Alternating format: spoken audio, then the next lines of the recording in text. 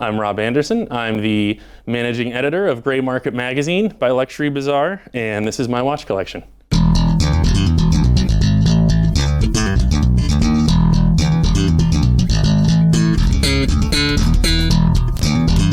So I was always into watches, like a lot of people. I think I got started with Casio. Casio was my launching pad into watches. I always had digital Casios ever since I was probably 8 or 9. And I thought digital watches just made more sense than analog watches. I told my dad when I was 10 that I'll always wear digital. And he said, you don't have to decide when you're 10 what you'll always wear. And actually within a few years, I did get into analog watches. They actually bought me this Citizen with airline miles. I think my mom needed to spend some United points before the year was up, so got me this Citizen. I wore it all throughout high school.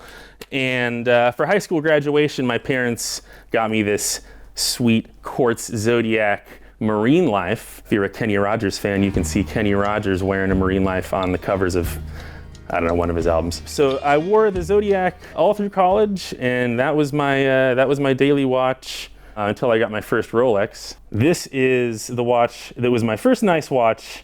I was selling weed in college, as one does. A friend of mine, he was smoking a bunch of weed at the time, and he basically traded me this Rolex Submariner date for probably about a pound of good weed at the time.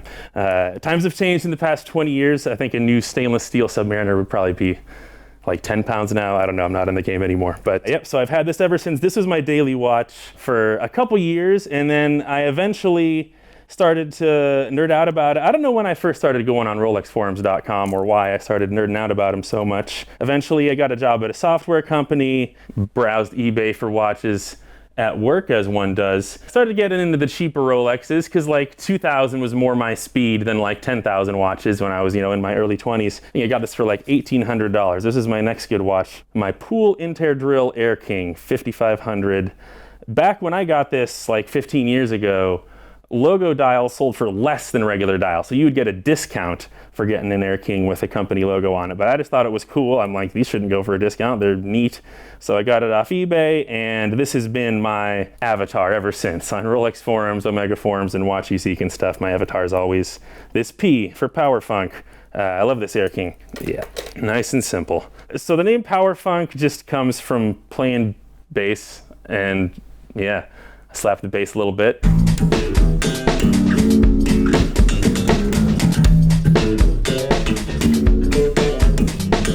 I guess I've been playing bass, 25 years now, since I was a kid. The last venture was a little more jazzy. Now, usually I think I'm pretty good at bass, but that was the only band I've ever been in where I'm like, oh, I'm definitely the worst musician out of all these guys. They were all nasty. Jazz musicians are something else. Like, if you can play jazz, you can just do anything else for the hell of it, and, and it's nothing. Kudos to those guys. Well, I still play a little bit. I still play for, my 10-year-old daughter's learning bass, so I'm showing her a couple things. But I'm also a crappy teacher, so I have her get real lessons too. I think I first used the name Powerfunk when I had to create a name for myself playing Diablo 2 in about 1998, and I've been mentally calling myself Powerfunk ever since. Don't look up Powerfunk on Spotify. You don't want to become the first monthly listener. It's not worth it. Like a lot of people, my second chapter of watch collecting was sort of an obvious one. It's just Speedmaster. If you're on the forums, like, what should I get after Rolex? Speedy. And I did. I thought, why not get a vintage one? Because those are cool. So this is a 66 Speedmaster, same year as Neil Armstrong. So basically this is pretty much the model Neil Armstrong had. It's not in super collector grade condition. It has what is known as a scraped dial. They put white paint underneath the tritium. They're basically expecting the tritium to wear out. It was engineered knowing that the tritium is going to worn out and get crusty. You're going to want to scrape it off, and then there's still white paint underneath. So people nowadays prefer the original dials just because they're obsessed with originality. They want the old crusty loom on top. Really, it was engineered for you to scrape the crusty loom off and see the white paint underneath, and this is what you call a scraped dial. And I had this serviced at Omega headquarters in Bienne. I just sent it into Swatch, New Jersey, and they forwarded it to Switzerland for me. That was nice. But they commented, dial may remain in present condition. So this is an acceptable state for Omega, the scraped condition. I think people sleep on the scraped dials. I was fortunately smart enough to have the foresight to buy all these cool Speedmaster bezels back when you still could. Everybody's familiar with the tachymeter bezel that a Speedmaster comes with. So there's not only tachymeter bezels, but they also mean telemeter bezels, basically used for measuring how far away something is by, you know, using the delta between the speed of light and sound. You time it when you see the light, you stop it when you hear the sound, then where it's pointing to is how far away it is. Depending on if you're reading in miles or kilometers, you're gonna need a different telemeter scale. So they actually made both. They made telemeter, spelled R-E, the European way, for kilometers, and the one that's in miles, they actually spell telemeter, T-E-R. They spell the American way on the miles one, America. I got the miles one on. The 1/100th style, they call this a decimeter. It just measures up to 100ths. Why would you want to measure 1/100th of a minute? Logistical stuff, if you're at a factory and you want to know how long something takes, you can do math by, you know, 5.95 minutes. You can't really do math with 5 minutes and 42 seconds as easily. So we got a decimeter, both kinds of telemeters, the tachymeter everybody knows, and then pulsometer, gradué pour 15 pulsations. And these are all expensive now. He's probably got these for maybe $150 each. You could just get them, but now I think people want real money for them. But yeah, those are fun to swap on your vintage Omega. So when people ask me what my favorite watch is, I've got to say my Rolex 1530. I first read about this in a book called Vintage Rolex Sports Models. Basically, it looks like an oyster quartz, but it has an automatic movement. But I think it actually looks cooler than the oyster quartz because it's a thinner movement, so they had to make the rehaut nice and deep. So it's got that deep dish look. It just looks cool. One of my sweetest eBay victories. The pics for this watch on eBay were super blurry. I would have never considered bidding on it, except it was local, and I confirmed with the seller that he'd be okay with like a local cash deal if I won. Totally legit watch, just an old guy who probably didn't see very well. So, you know, I gave him the price that I won the auction for and took the watch, and, you know, we were both happy. And yeah, I love the 1530. It's pretty cool. One of the other cooler eBay finds would be the Elton John's ex-boyfriend Tudor, mid-sized Tudor Submariner with a salmon dial, and the back is engraved "From Elton John to Forever, 9/12/98." Yes, it wasn't forever. I picked this up on eBay about 10 years ago. You used to be able to get mini subs and mid-sized Tudor subs for real cheap. This is probably like $1,100 or $1,200 at the time, and now people want real money. People probably ask like $5 grand for this, and then really get $4. These are cool. These mid-sized subs are a good unisex option, I think. Good for a woman, but a dude could pull it off. I guess a dude did pull it off. So a watch with a funky dial that gets a lot of wrist time from me would be this Zodiac that I'm wearing right now. Goes with my Champion hoodie. Keep them with the Zodiac theme. They're doing good stuff recently. About 3-4 years ago, they sort of revitalized their whole line, and they're doing, you know, lots of colors, ceramic cases, mostly like under 2,000 price point. So they're playing in the right price point for what they're doing. I support Zodiac, doing good stuff. Norqain, I'm a little bit of a Norqain fanboy. I appreciate the fact that they didn't like buy an old watch brand and pretend they have all this history. They just started a watch brand and they're like, hey, here's our watch brand. This is the Norqain Wild one. It's super light. Just super comfortable, the way the bracelet tapers. This is a total impulse purchase, like most of my purchases.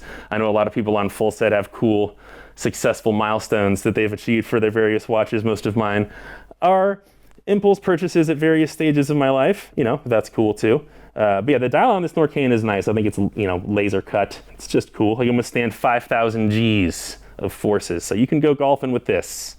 Not that I golf. I like this Tag Heuer Monaco. This I got for my 36th birthday for myself. Around the time I think I first got paid money to do comedy. I'm not writing jokes for Rodney Dangerfield and Joan Rivers like Mr. Ferrante on the previous episode of this show. But yeah, I'm getting Venmo'd $40 to do a 15-minute spot. You know, that's about where I'm at. And it's the same colorway that Steve McQueen had. Steve McQueen had a dark gray Monaco with the red hands. Some people prefer the ones with the crown on the left, but I kind of don't want the crown digging in on the left. I'm cool with it on the right. High school teacher encouraged me to join the high school comedy troupe, which I did, but I never really thought about, you know, doing it too seriously too much after college until I saw a buddy of mine tour through with his improv comedy sketch group, and he was great. Started just doing open mics, and that's how that happens. Boston's got a pretty good comedy scene, but no, it's fun. I'm still out there here and there. I first became a moderator of the Rolex subreddit unexpectedly. It wasn't something that I really asked for, but I'd been on the Rolex forums for a while, and the demographic there skews pretty old. I mean, I love those guys. Those guys are OGs of the watch game. A lot of them have been collecting Submariners since Submariners basically came out. A lot of props to them, but I felt like there was room for a younger place to discuss watches. Like on the Rolex forums, they get offended by the word Roly, like Roly, what's a Roly? It's a Rolex. And it's like, meanwhile, there's been like 2 generations of people that have now grown up hearing the word Roly in music, like it's just completely normal. This guy with the username Rolex just sent me and like 4 other dudes, you know, mod powers and deleted his account. So one day I'm like, you have mod powers for Rolex, do you accept? And I'm like, I guess. So the first order of business was like, okay, all the is this real has to go in one thread. Okay, and that's the main thing. I'm not a particularly good moderator. It just sort of grew from there. I just try to answer every question that gets asked, because it used to be so few people coming in there asking questions. I'm like, well, I might as well just try to answer the question, and then there's a point for this subreddit existing. Somebody can come here and ask a question and get it answered. So all I did was basically take their question, more or less, type it into Google with site:/rolexforums.com, and that's how I learned most of my stuff about Rolex. Like, what kind of bracelet do I need for a 19mm Jubilee or whatever? I'll type in like 19mm Jubilee site:/rolexforums.com. Oh, that's a 62510H. You know, I look really smart, but I'm just searching Rolex forums. And now I got to the point where I don't need to search Rolex forums all the time for everything. Eventually, the subreddit grew into sort of its own self-sustaining thing, for better or worse, and yeah, it is what it is. I mean, it sort of is the best way to get a lot of information, and it's why I sort of don't like it when people ask questions and people in the subreddit are like, Google it. I'm like, well, the chances are if you Google it, this thread might come up in the future, so you might as well just answer the question and then we're adding to Google instead of just snarking at people. Not that I haven't been snarky plenty of times myself. I'm no saint. I guess I should talk about my only AP. This is a watch I traded in a lot of other watches for. Sort of regret trading in the root beer and the quartz Royal Oak that I traded towards this. I probably only got about $2,000 of trade-in value for the quartz Royal Oak I traded in for this, because people just didn't respect them. It was sort of this, oh, you don't want that, it's quartz, you know, sort of mentality. But now it's just like, well, who cares if it's quartz? That was a freaking Royal Oak. I shouldn't have traded it away for $2,000. And now they go for maybe 10, 11. But anyway, no regrets in getting this watch itself. This is basically the poor man's Patek 5070 Audemars Piguet 25859BA. I want to say. God, I'm a dork.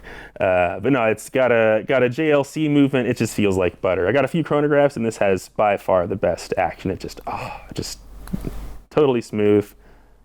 Resets easily. Yeah, it's nice. The main thing that pulls me into watches these days is probably the dial, honestly. And I do nerd out about a lot of dials in my Rolex articles that I write for Luxury Bazaar. This Grand Seiko, it's got the Mount Iwate dial. As soon as it came out, I got on the wait list for it, and it never came through. So I just got it from a gray dealer for under MSRP. So I was like, oh, I could have just done this to begin with. But now this would probably go for over MSRP. But this has got a cool textured dial. Now Seiko feels like they need to come up with a Japan-specific geographical reference for every dial texture they make, but they're doing good stuff. The newest watch I bought was a Seiko, actually, and that was probably because of the dial. I just love this blue dial on this speed timer. People sleep on these speed timers. This nice blue dial with the black subdials with the white hand popping against it. That was pretty much what pulled me in. Love finding those vintage gems and seeing the stuff that's underappreciated. And I still do. Like, this Gen X, for instance, this is from about 1922. Basically a pre-Tudor. Before Tudor, Rolex tried like 15 different lower-priced brands, threw them against a wall to see what stuck. Gen X did not stick. The winding feel is still pretty good. Oh yeah, 102 years old, still feels pretty good to wind. Indispensable to a lot of watch nerds, this is the famous multifunction time grapher. Sort of an odd name. It seems like it has one function, time graphing.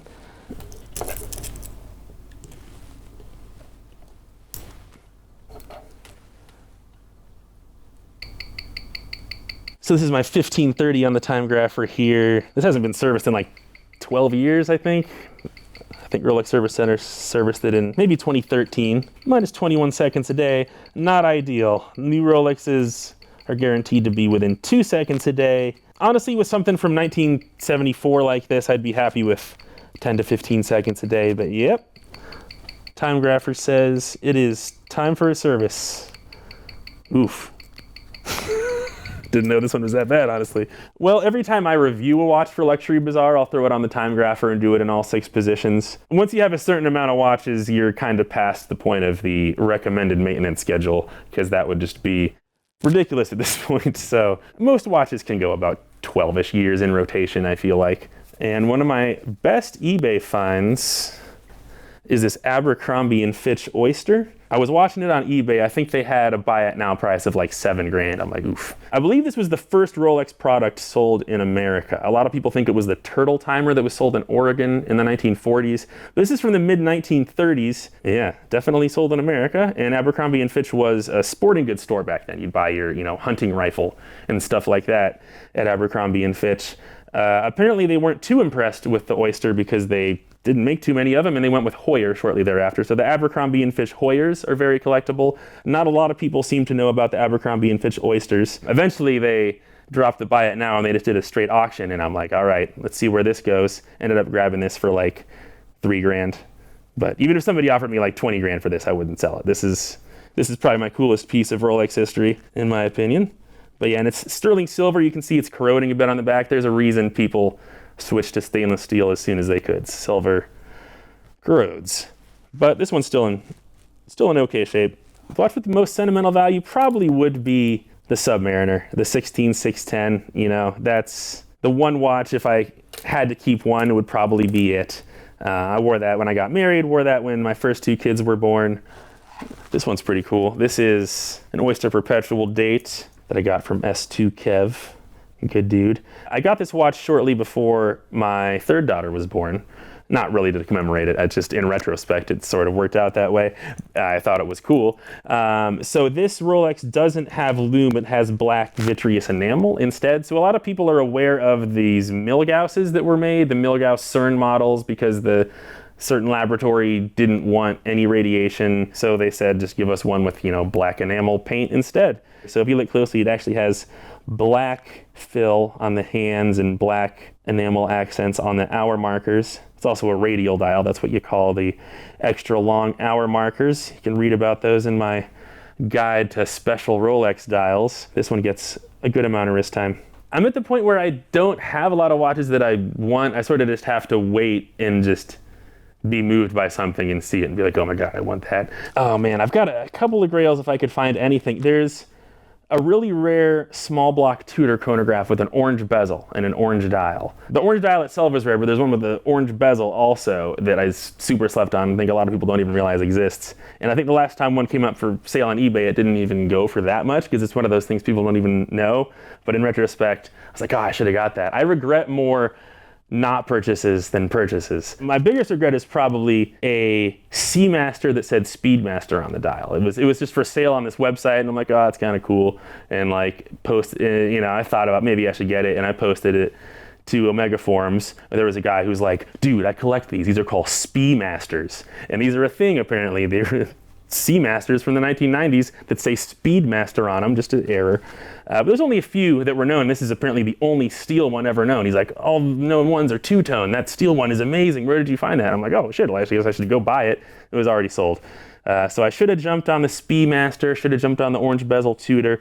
Low-key, one of my grails is a Rolex Day-Date with a cognac dial. People don't think about that dial very much, but you can't even find it. At one point I asked a gray dealer years ago if they could find me a Day-Date with a cognac dial, and they couldn't. If you find them, it's usually on a strap, but the cognac dial was offered with a bracelet for like 2 years, and can't find them. So where do I think the watch industry is going, and perspective on the recent, state of the industry? I actually don't think it's changed too much in the past year. A lot of people are like, oh, luxury watch crash. It's like, it's kind of been pretty close to the same for a year plus. A lot of good stuff coming out from, smaller brands like Corono. I haven't shown my Corono yet. Yeah, this Corono I got. I think it's interesting how some companies are doing the pre-order only model. I think that sort of started with Kickstarter, but it's sort of grown beyond Kickstarter, and now this is a whole model that a lot of brands adopt, like Chrono and Ming and Code 41. Like, they just let you know they're going to release a watch, and then you have to buy it at a particular time or sign up at a particular time. And then you pay money, or at least pay a deposit, and then you just wait. You know, it seems to work. Not a lot of Chronos get flipped. I mean, yeah, you can find some on the gray market, but not a huge portion of them, I don't think. My only complaint with Chrono, the hands, not that legible. Like, what time is it? Which one's the hour hand? Which one's the minute hand? I mean, you gotta stare at it for a minute to tell the minute and hour hand apart. That's my only complaint with Chrono. I think watch sales will probably continue to be, you know, fine. I think, like, a lot of people are sort of glad that the speculative period is over and that it's, you know, the cat's out of the bag about the fact that watches aren't investments and people are just buying them because they like them, which I think people mostly were buying them because they liked them to begin with. I think the idea that everybody was just hoarding watches and trying to flip them, and that's why there was such a craze, I think isn't true. I think demand really was that high. I mean, I've watched demand grow and grow and grow and grow and grow, but it wasn't just something where, you know, middlemen were like, let's corner the Rolex market and buy them up and drive prices up. Like, it was genuinely insane demand that drove it. The market's mostly corrected. You know, most authorized dealers try not to sell to flippers. A certain percentage does go to flippers. A certain percentage gets sold by Luxury Bazaar, and it's all good. But most of the watches go to who they're supposed to go to, and, you know, I think the watch market will be fine.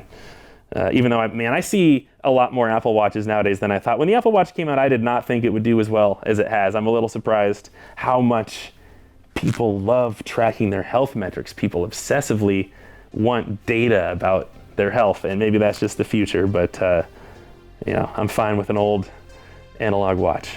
And if you're wearing a luxury watch, you're usually cool with wearing a luxury watch. And if you're wearing an Apple Watch, you're usually cool with wearing an Apple Watch. I think it'd be cool if somebody could make a heart rate monitor that was small enough to just be an Oyster Link, and you could just slap that in there or something. You know, I don't know if the smartwatch world and the luxury watch world will converge more than they are now. I mean, maybe, but we'll see. Somebody's got to do it right.